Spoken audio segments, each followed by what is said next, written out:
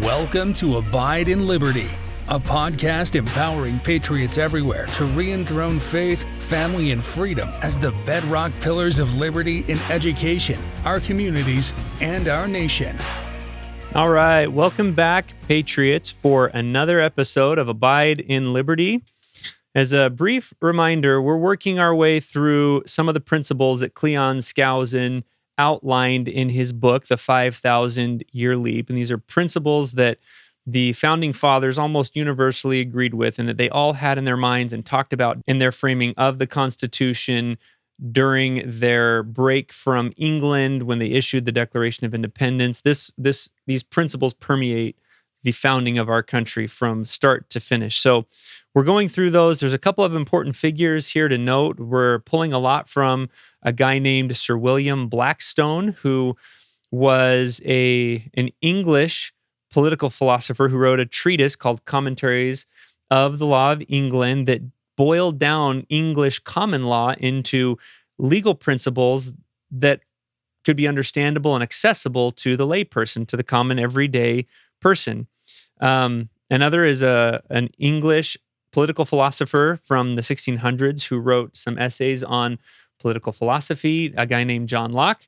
And so you'll find a lot of the principles that are enshrined in the Constitution are articulated by these two people. You'll also hear wording from the Declaration of Independence that are pulled directly from some of Locke's and some of Blackstone's writings and their thoughts. And of course, we've already established this before, but the number one source material for the founders during the Constitutional Convention and during the founding of our nation was the Bible. But Blackstone and John Locke come in as a close second to that. At the end of last week, I left off talking about the principle of the sovereignty, the ultimate authority for running the government resting in the whole of the people. And that's different from years and centuries of thought that said that God picked a king and that was where the sovereignty, that was where the power lied. The founding fathers turned that on its head, and that has some really important implications in the founding of our country and in the justification of the Americas from breaking away from Great Britain in the first place. So if you missed last week, you definitely want to go back and listen to that episode before moving on to this one. All right, so the next principle that we're going to talk about here is the principle that the majority of the people can alter or abolish a government that has become tyrannical. So from John Locke, and before I give this quote from John, let me just kind of remind you of, from a couple episodes ago, we talked about this thought experiment. And actually, John Locke does and goes through this experiment in some of his writing, but this thought experiment of imagining you being in a state of nature. So before there were hundreds and thousands of people, you start off with a few families, you're kind of doing your own thing, but as society advances and grows and becomes more numerous, you tend to bring in some unsavory characters. They just kind of appear. And so now you've got people, bad actors, who you have to protect your land from. Now, you can't be watching your borders all the time to make sure that someone's not running off with your sheep or running off with your wheat or your crops. So you have a choice. Do I guard my property and that's my sole focus, or do I raise my animals and raise my food to feed my family? So the idea is that in the beginning, people came together, and you can kind of imagine this. If you go back to the days of Adam and his children, at some point they come together and say, hey, we can't all be watching our property. You've got a farm over here, but would you mind, you're kind of a big burly guy, would you mind being kind of our police? You walk around and make sure all of our property's safe so that we can focus on growing food, and we'll give you a little bit of that food for you and your family to support you. This is kind of where you'd come up with the idea of taxes, right? So we're going to each pitch in a little bit. And so the sovereign will of the people come together to form this government. And the reason why that government is formed is not because government wants to exist or there's some need for the government itself to have something to do. The purpose of forming that government is to protect your own life, to protect your own property. So government is set up to protect people and their rights. That's the whole purpose. There's no other reason why you would decide to create a government in the first place. So that's the thought experiment that John Locke goes through and others have done. So keep that in mind as I read this next quote. He said, "The reason why men enter into society is the preservation of their property. Therefore, when the legislators endeavor to take away and destroy the property of the people, or to reduce them to slavery under arbitrary power, they, the officials of government, put themselves into a state of war with the people, who are thereupon absolved from any further obedience and are left to the common refuge which God hath provided for all men against force and violence.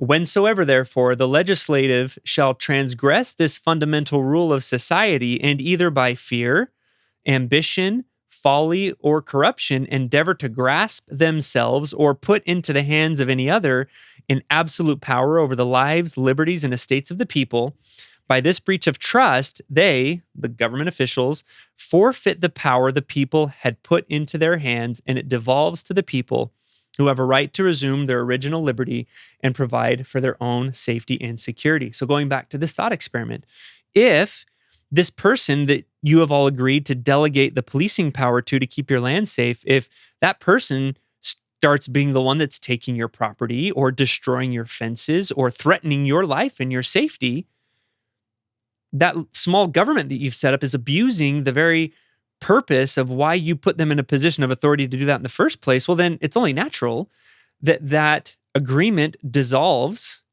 and the people go back to that original state that they were in, and they have the opportunity to come together again and decide, that didn't really work. So what are we going to do differently? Maybe the structure that we set up, we gave too much power to one person, or maybe it's just the person. We picked the wrong guy for the job. He was a big dude, but had some bad habits that came to light through all of this. So we're going to pick somebody else to do it. So you go back to this state of nature and you get to decide what to do differently next time. And this is exactly, and you can hear this language of John Locke in this paragraph from the Declaration of Independence. It says, "When a long train of abuses and usurpations pursuing invariably the same object evinces a design to reduce them under absolute despotism, it is their right," meaning the people, "it is their duty to throw off such government and to provide new guards for the future security." So Thomas Jefferson is pulling directly from this concept of John Locke, that when this government that we've set up, that we've given some authority, becomes abusive, we have the right, because we have the ultimate authority to say, we're done, we're going to abolish that government, and we're going to do something different now. And that's exactly the justification that the founders used in the Declaration of Independence to break up with Great Britain. Now, this leads to an interesting case study. Was the Revolutionary War just? Was it right for them to revolt the way that they did? And this is especially interesting when a member of the Church of Jesus Christ of Latter-day Saints compares what the founding fathers did in revolting against the laws that Great Britain had put in place with the Article of Faith that we all learn and memorize and learn to recite, which says, "We believe in being subject to kings, presidents, rulers, and magistrates, in obeying, honoring, and sustaining the law."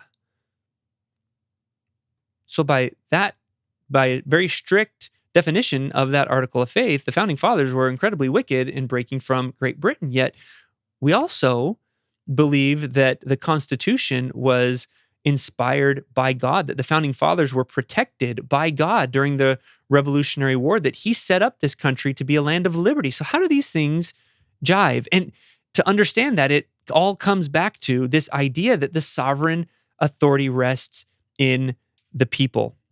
Great Britain, operating under the divine right of kings, looked at the revolution as an unlawful act because me, the king, I have authority. They're disobeying, so they're breaking the law. But if the sovereignty really does rest in the people, then the majority of those people can decide on a new direction. And as soon as the majority comes together and collectively decides that this government over here is no longer doing anything for us and we're going to set up a new one, then that act becomes the lawful legal government. So under that definition, if the sovereignty really does rest in the people, when the founding fathers sent their delegates to Philadelphia in 1776 to decide, what do we do? Do we keep trying to make amends, or is it time for us to break free? And the delegates from every single state unanimously agreed to withdraw from Great Britain. At that moment, because the sovereign authority rests with the people, the law of the land, the righteous, correct law of the land, became that new government because the majority in whom the sovereign authority rests decided to do so. In that case, when Great Britain decided to come over and fight and try to compel the early colonies to come back under British rule, that act in and of itself was an unlawful act and worthy of God's protection in driving it off.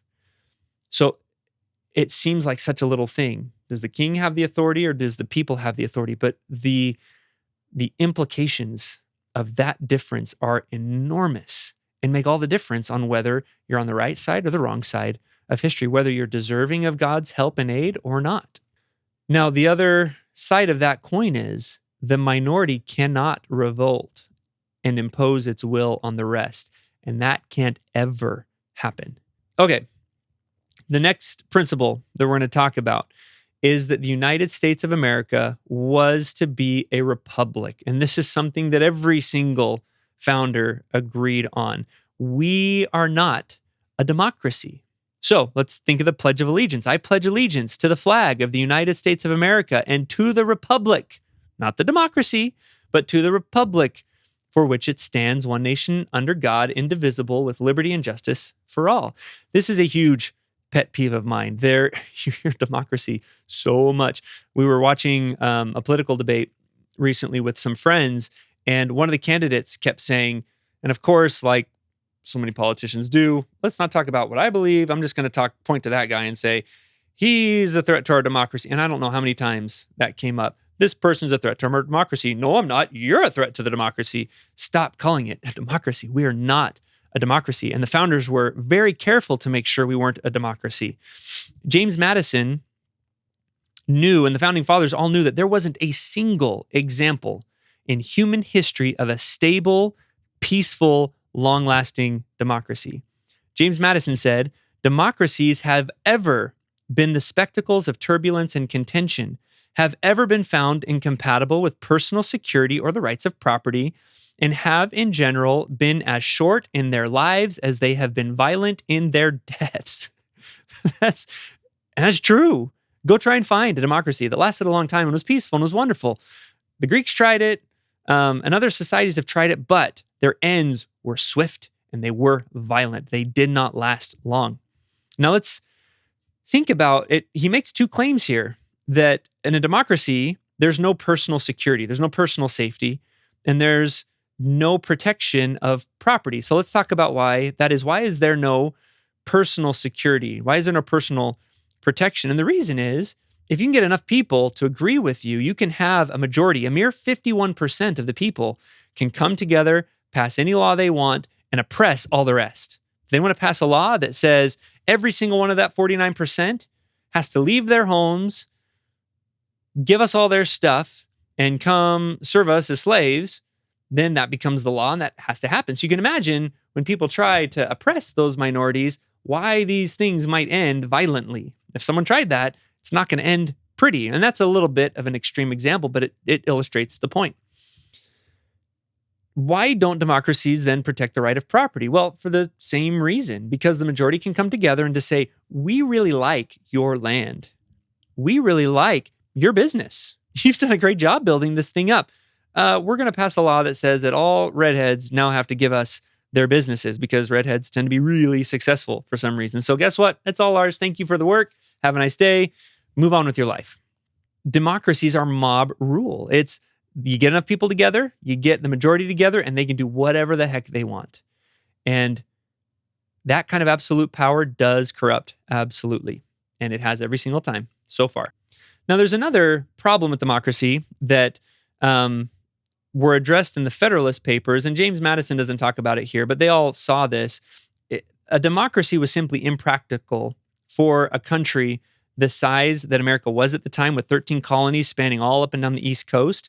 But they were looking to the West, and they saw a future where a huge chunk of that westward land would become a part of the United States. And in a democracy, the way that you pass laws is every single citizen comes together and votes.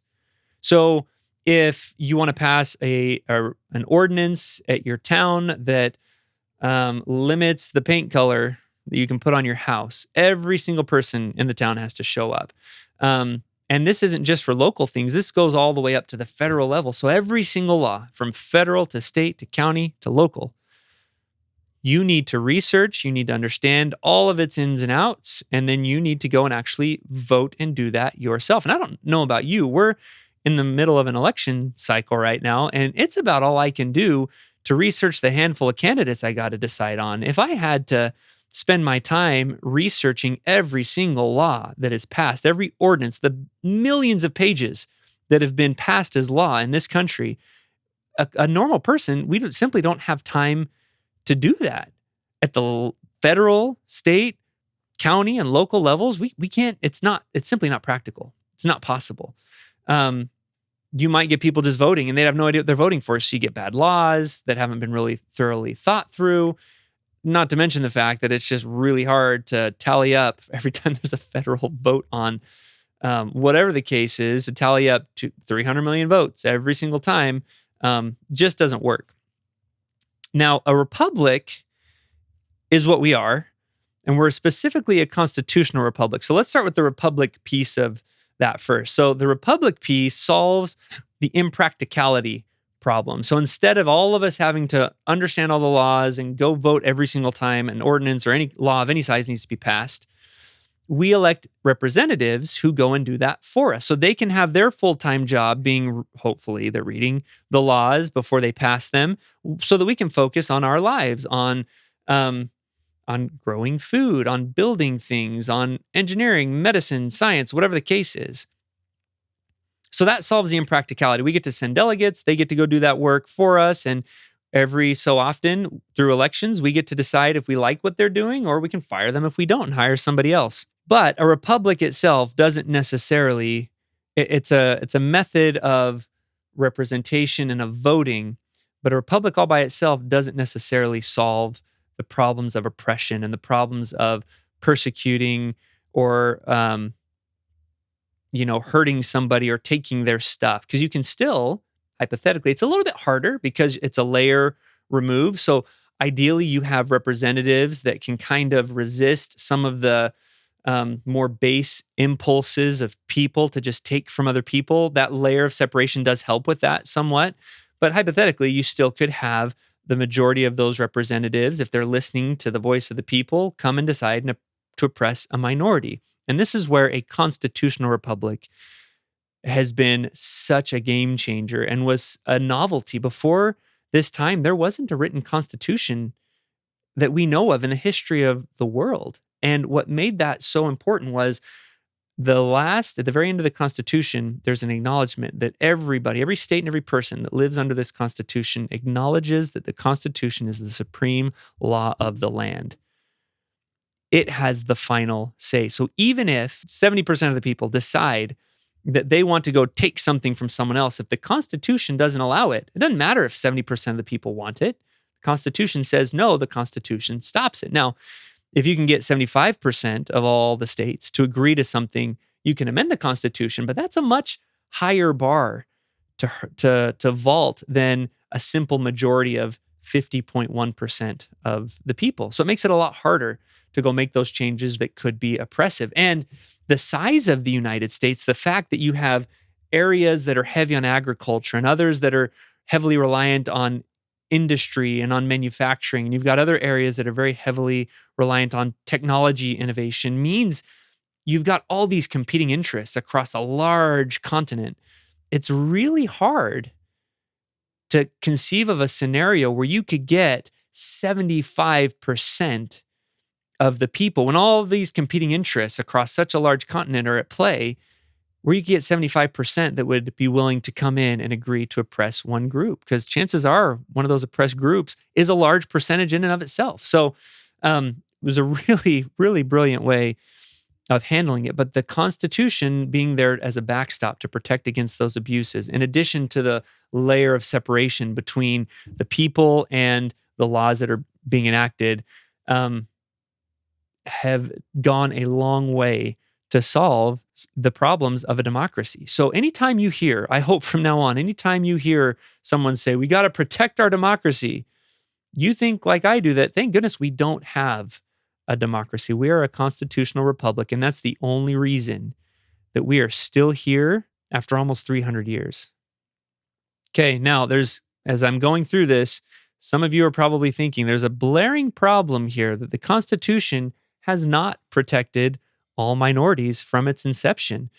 Slavery was a big, big topic during the Constitutional Convention, and I want to do a separate episode on just that at some point because it deserves its own podcast. I mean, you write books about this, but basically in the Constitutional Convention, the northern states wanted to abolish it completely once and for all. The southern states did not. They wanted their representation in the House of Representatives to be calculated based on the number of free and enslaved people. And so enslaved people would count as a whole person. Now, a lot of people look at this and say, oh my gosh, the founding fathers said that a slave is worth 3/5 of the person. No, that's not what it means. The 3/5 compromise was the North wanted to weaken the South and not allow any representation based on the number of slaves. It was only on free people. And the slave states wanted their representatives and the number of representatives they got for their state to be calculated based on the total number of free and enslaved people. So this was a compromise that was kind of, look, our country's going to fall apart. No one was really happy with it, but they agreed that for purposes of representation, they would count enslaved peoples as 3/5 of the person. So the slave states didn't get everything they wanted, but it did weaken their position in Congress considerably. So the Constitution, though, kind of enshrined that this oppression of slavery would continue. And that is truly unfortunate. And thank goodness that we have since fixed that through subsequent amendments. Slavery has been abolished. Equal rights to all people have been guaranteed under the Constitution. And we're still working on making sure that we achieve that as best as we can. And where we are today, and where most of the founders wanted to get to, including slaveholders like George Washington and Thomas Jefferson. They wanted to get there a lot sooner than we did, but to the point where even if today the majority decided they wanted to take all property away from people with freckles, the Constitution prevents that from happening because that's there to protect some of those more not okay inclinations of people to want to take from those who have and give it to themselves. So this leads then, while we're on the topic of slavery, let's look at the case of the Civil War. We have here a situation where when President Lincoln was elected, before he had even taken the oath of office, the slave states, many of them, not all of them, but many of them looked at who Abraham Lincoln was. He had given many speeches on the importance of abolishing slavery and on the evil of slavery. So their assumption was, this guy's elected, he's president, he's going to want to get rid of slavery, and we can't have that. Our entire economic system is dependent on slavery doing our work for us and helping us produce what we've got to produce. So these states seceded from the nation. They rebelled. They decided, hey, they kind of did what the founders did during the Revolutionary War. They said, look, we don't like what's going on, so we're going to pull back. We're going to set up our own country. And they did. They elected their own president and all these things. Well, President Lincoln decided at the time, that's not legal. You can't do that. Now, you might look at that, and on its surface, you might think, well, they're doing exactly what the founding fathers did.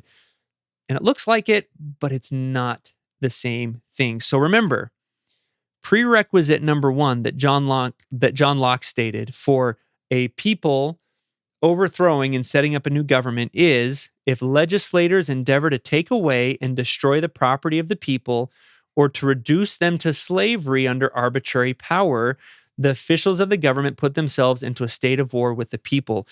By President Lincoln taking a position that we should get rid of slavery, this was not an attempt to enslave people or to bring people into subjection or to deprive people of property. His belief was, we need to restore the freedom and the property of people who have been oppressed. So right at the beginning, the slave states don't meet that first test of, are we rebelling in a righteous way? The second prerequisite is majority rule. The very fact that President Lincoln was elected means that the majority of the United States agreed and wanted President Lincoln and what he represented. So this was a minority, and it was a large minority, but it was still a minority that was withdrawing. So this was not the voice of the majority, and it was not in response to an oppressive government who was enslaving and depriving people of liberty. So although it may look similar, when you look at these two wars and you analyze them on the basis of these principles, it becomes very clear why one was espoused and endorsed by God and had heaven's help, and the other wasn't. God's help was on the side of the North in bringing the southern states back into the Union and ultimately resulting in the freedom of an entire population of enslaved people. That's all we have time for today, but make sure and join us next week. We're going to, like I promised you last week, we're going to dive into a little bit more why property is so vital to human happiness and to freedom. It's not obvious on the surface, but once we dig into it, I think you'll begin to see just how important property is. Thank you for listening to Abide in Liberty. Make sure you subscribe so you don't miss any future episodes, and share this with friends and family. In the meantime, keep up with the show online at abideinliberty.com. Also, if you'd like to help our K-12 bless and educate more families, contact us by visiting libertyyouthacademy.org. Until next time, be on the alert, stand firm in the faith, and be strong.